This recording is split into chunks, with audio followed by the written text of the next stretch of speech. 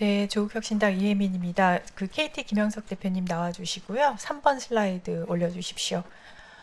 네, 지금 이 사진 뜨고 있나요? 네, 이 사진이 뭐냐면 아주 자세히 안 보셔도 됩니다. 설명을 드릴게요. 이건 아직도 제 의원실에 남아있는 KT 해킹 사고 초기에 의원실에 와서 구재형 네트워크 기술 본부장님께서 설명을 해주신 펨토셀 인증, 뭐라고 표현을 해야 될까요? 인증하는 절차를 이제 쭉 설명을 해주셨습니다. KT에서 제가 계속 꼬치꼬치 캐물었었거든요. 당초 어떻게 설명을 하셨냐면 KT 펨토셀의 경우에는 여기서부터가 중요해요. 과거에 KT 기지국에 한 번이라도 접속되어서 인증을 받은 장비여야만 접속이 가능하다고 했었습니다. 당시에.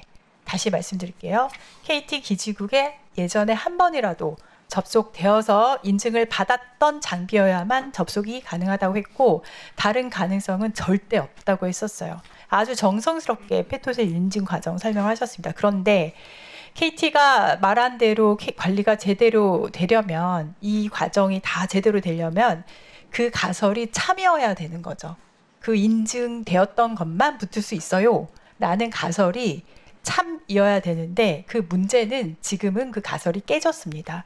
지금 나온 내용들을 보니까 벤더키만 확인하면 인증을 받을 수 있었던 거예요. 처음에 설명을 하실 때 틀린 것도 엉망인데 이 벤더키 값은 제조사가 KT 장비를 구분하기 위해서 부여하는 값인데 장비마다 또 다르게 부여하는 것도 아니고 KT 장비라면 모두 동일한 벤더키 값을 가지게 됩니다. 이 부분 대표님 알고 계시나요? 제가 들었습니다. 네. 그 말인 즉슨 이 벤더키 값만 알아내면 어떤 불법 장비도 KT 망의 인증을 받을 수 있다는 소리예요. 결국 KT는 그냥 망 관리 전체를 실패했다고 저는 판단을 합니다. 그래서 오죽하면 오늘 여기서 지금 SKT가 더 나아요 라는 소리가 나올 정도인데 망 관리 제대로 이루어졌다면 불법 펨토셀 아이디가 20개나 더 발견되는 일은 없었을 거고 해커들은 항상 이런 데 쫓아다니죠. 이런 데를 찾아서 공격을 합니다. 롯데카드 해킹 사태에서도 보셨잖아요. 사장님, 타사에 비해서 5배나 많은 펨토셀을 운영을 하고 계세요. 원래대로였다면 청와대든 국회든 인근에 펨토셀 하나만 설치해놓고 KT 기지국 접속해서 감청 같은 것도 가능한 거거든요.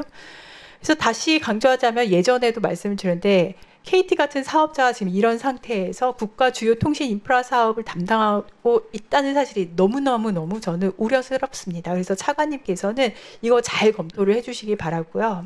7번 슬라이드요. 그리고 이건 지난번에 제가 이통사과금 시스템 소액결제라 불리는 거요.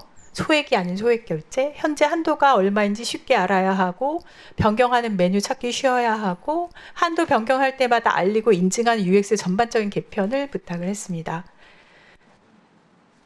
대표님, SKT, LG U+ 완벽하게 했어요. KT만 안 했습니다. 참고하시고요. 지금 KT에 대한 고객 신뢰는 바닥이죠. 이사회에서도 저는 이 사안 가볍게 넘겨서는 안 된다고 보고요. 그 측면에서 아까 말씀하신 KT의 고객들께 피해 보상안 한번 다시 정리를 해볼게요. 대표님, 유심 교체는 하실 거죠? 네. 네. 위약금 면제도 하시죠? 피해 고객 조사 결과에 따라 아까 하신다고 하셨죠? 조사 결과 보고 기기 변경은 하십니까?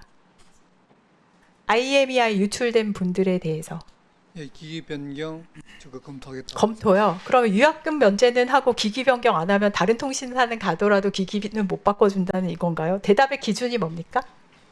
뭐 제가 적극적으로 검토하겠다는 것은 뭐 안 하겠다는 얘기가 아니고 아니 대답의 기준이 뭐예요? 지금 이거 하나, 둘, 세 개에 대해서 기준이 특별히 뭐 있는 건 아니에요. 기준이요? 네. 사장님, 대답의 기준은 고객이어야 돼요. 고객이 좋네.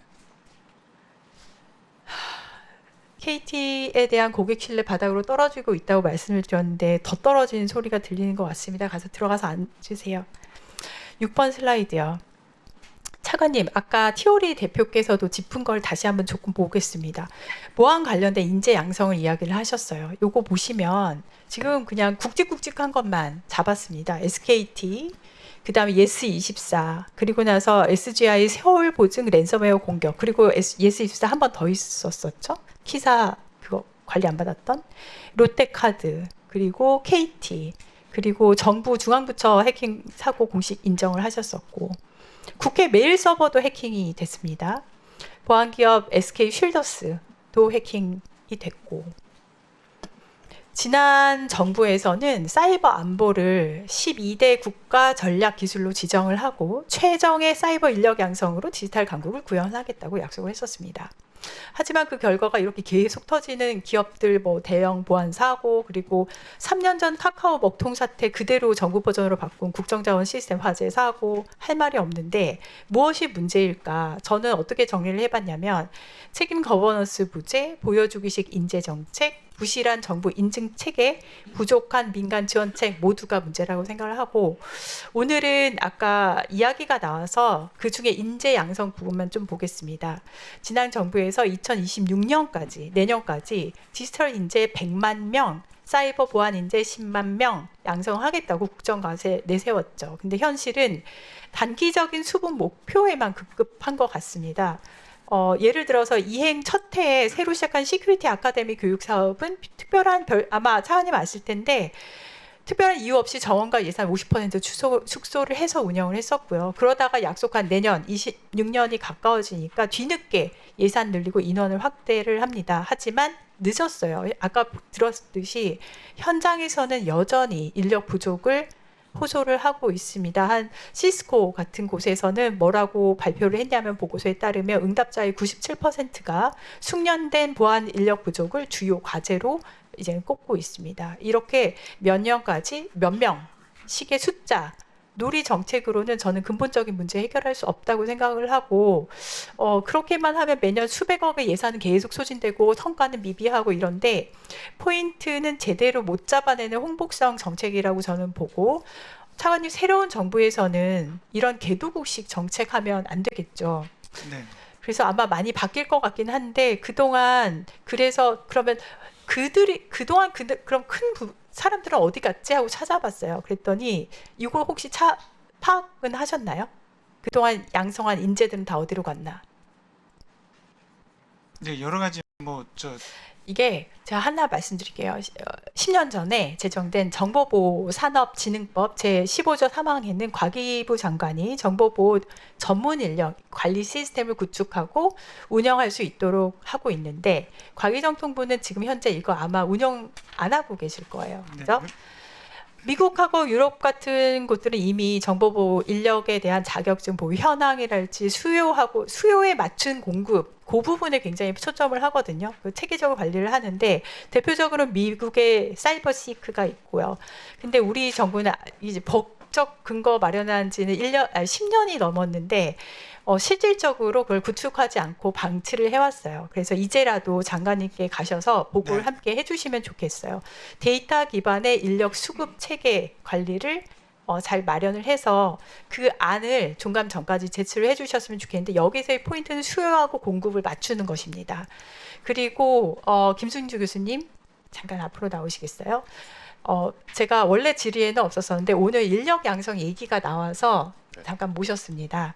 현재 지금 보안 인력을 어떻게 제 입장에서 보면 가르치시는 입장이신데 지금 상태를 설명을 드렸어요. 현재 국회에서 어떤 제도적 보완점을 또 마련해 볼 수 있을지 짧게 설명 부탁드립니다. 여태까지 우리나라의 인력 양성 정책은 인원 수에 집착을 합니다. 우리가 축구를 보면 공격수도 있고 수비수도 있고 포지션별로 다 다르죠. 그래서 현재 우리가 부족한 부분의 인력을 양성하는 게 굉장히 중요한데 그러려면 좀 전에 의원님이 말씀하셨던 우리 현황이 지금 어떤가 또 이 인원이 어디 갔는지를 파악하는 것이 우선시 돼야 된다고 봅니다.